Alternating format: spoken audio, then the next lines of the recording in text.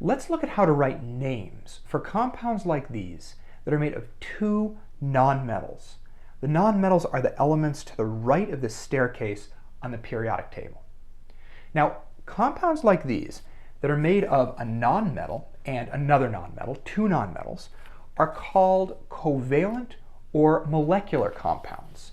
And that's because the elements that are in them are held together by covalent bonds, and they're held together in groups called molecules.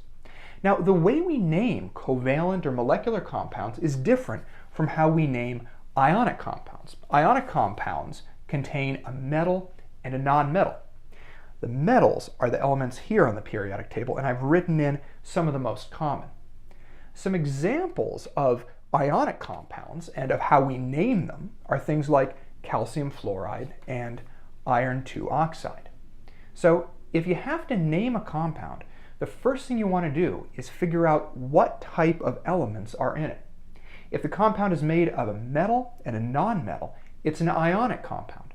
I have a whole bunch of videos on how to name ionic compounds and how to write formulas for them. If you need to name a compound that's made of a nonmetal and another nonmetal, well, that's a covalent or molecular compound, and naming these is what this video is going to focus on. Okay, here's our first chemical formula, N2O3. It's made of two nonmetals. We're going to write a name for it following these steps. So here's the first one. It says for the first element, start with the element name. When I'm talking about the first element, I'm talking about the order that these elements are in this chemical formula. So the first element here is nitrogen, N. So it says start with the element name. Okay, so I'm going to put nitrogen down. That's the element name here. Now for the second element, so that's this here, oxygen.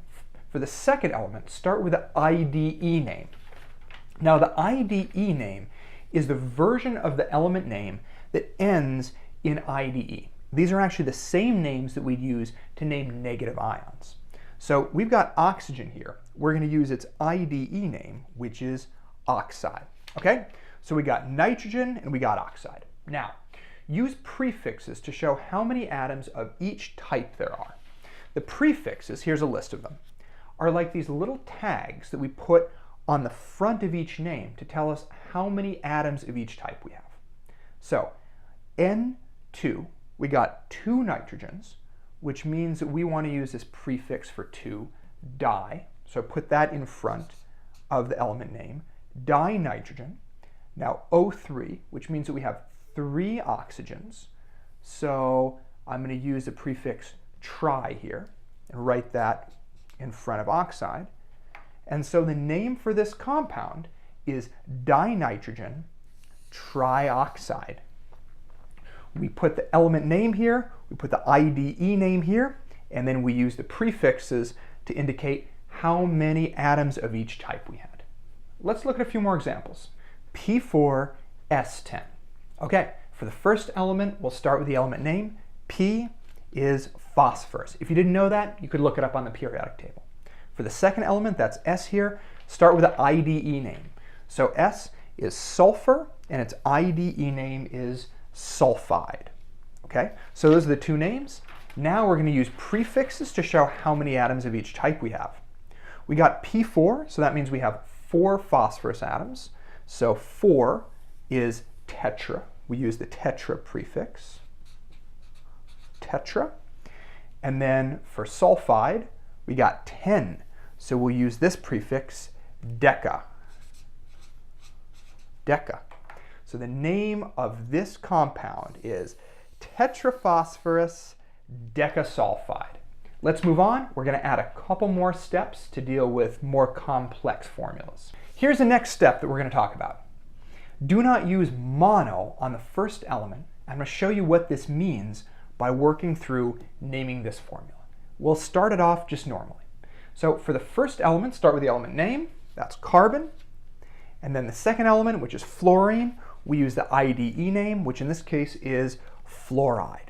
Okay, now we get to the prefix part, and this is where things change a little bit. So it says do not use mono on the first element. Carbon here, we only have one of them. So you might want to use mono and put it in front of here. That would be a perfectly logical thing to do. But for whatever reason, we don't use mono on the first element if there's just one of them. We just leave it like this. You don't put anything there. So we have one carbon, we're just going to call it carbon. And then for fluorine here, in front of fluoride, I'll put the prefix just like I would any other time. So I have 4 of these fluorines, so I'm going to call it tetrafluoride. So carbon tetrafluoride, not monocarbon tetrafluoride, just carbon tetrafluoride is how we name this, because if you got just one of the first element, you don't use anything. PCl5, let's name this. So P, the first element, is phosphorus. Cl, the second element, is chlorine, and chlorine's IDE name is chloride. So there it is. Now we get to the prefixes.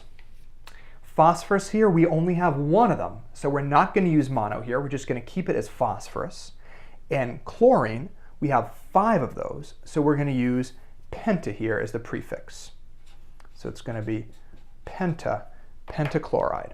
And phosphorus pentachloride, not monophosphorus pentachloride, just phosphorus pentachloride is how we name this. Now there's one more step that we're going to add. I'm going to talk about that next. Okay, there's one more step to keep in mind, and I'm going to show it to you as I work through this example. Okay, Cl2O7. The first element here, Cl, is chlorine, and O here is oxygen. Its IDE name is oxide. Okay, so now the next thing I'm going to do is I'm going to use these prefixes. So I got 2 chlorines, so I'm going to use di for 2 up here. And then oxide, I got 7 of those, so I'm going to use the prefix hepta. Now try saying this compound name. We got dichlorine heptaoxide. Hear that heptaoxide thing? It's kind of awkward to pronounce. So to prevent us coming up with these really weird names, there's one more rule, and that's that if you have AO or OO, turn it into O. Here's what that means. We got this heptaoxide here. So to make this easier to pronounce, we turn the AO that we see right there into just an O. So I'm going to get rid of that A, and I'm going to turn this compound name into chlorine heptoxide. So not heptaoxide, but just heptoxide. So you get rid of that A if it's next to an O there. Let's do one more. P4O6. So the P, phosphorus, is our first element, and then O, we got oxide. That is the IDE name for oxygen here. All right, now let's use the prefixes. Switch to our prefix table here. We have 4 phosphorus, so we're going to use the tetra prefix, so tetraphosphorus. And then for oxygen, we have 6 of those, so we're going to use hexa here. And just as before, we end up with this awkward name, hexaoxide. We get an AO, so we're going to get rid of this A here. Shoop. Oh, I always knock that name out of the way.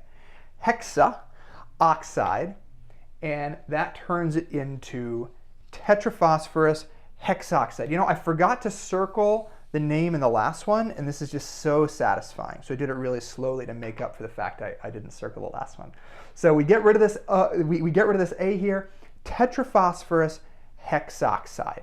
So I want to do one more example that pulls in examples of all of this. It's like a good review for all of these things. Here's our last formula. This is a really good review. It's just CO. So the first element is carbon. The second element is oxygen. Its IDE name is oxide.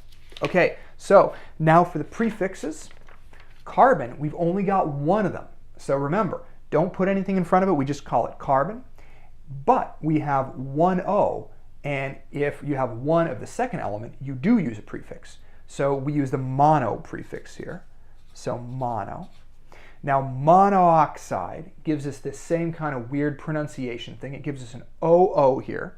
So we're going to get rid of this O. I'm going to try to not knock this name out here. Oh, just a little bit. Really good. And we call this, we change the name from monoxide to carbon monoxide, which is probably something that you've heard of before. Here's just some quick information about how we change these prefixes to avoid an awkward pronunciation problem. We only really have this problem with oxide because it begins in O. And so we get rid of the O here in mono, and we get monoxide. Then we don't have to worry about di or tri because they don't end in A or O. And then for all of these others, 4 through 10, we get rid of all of these A's. So we get tetroxide, pentoxide, hexoxide, heptoxide, octoxide, nonoxide, and decoxide. So here's how we name covalent or molecular compounds with 2 nonmetals. We just follow each of these steps. One thing to keep in mind, this mono for the first element really confuses a lot of people. So remember not to use mono if there's just one of the first element. Keep this in mind. Try to prevent yourself from writing names that have really awkward pronunciations with AO or OO. Turn it into O. Keep these things in mind. You should be all set.